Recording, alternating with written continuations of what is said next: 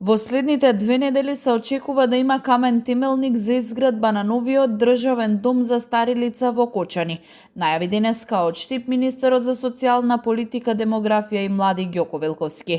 Тој истакна дека по завршување на постапката за избор на градежна фирма, сега е периодот кога треба да се даде налог за почеток на градежните активности. Потоа следи процес на давање на налог за започнување на градежните работи, така да се надевам дека во следните 2 недели веќе и ќе имаме и камен темелник на отпочнување на старскиот дом во Кочани, и тоа е вака за поздрав и навистина ќе биде меѓу првите кои што после повеќе од 40 години како нов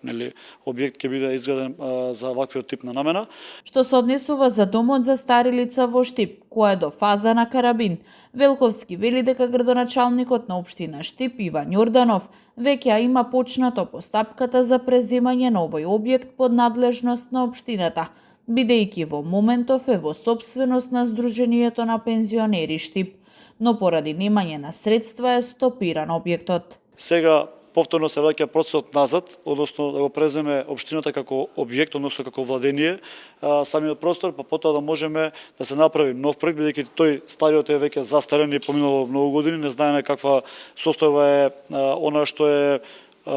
инфраструктура сега, поставена кога се градел пред повеќе од 10 години.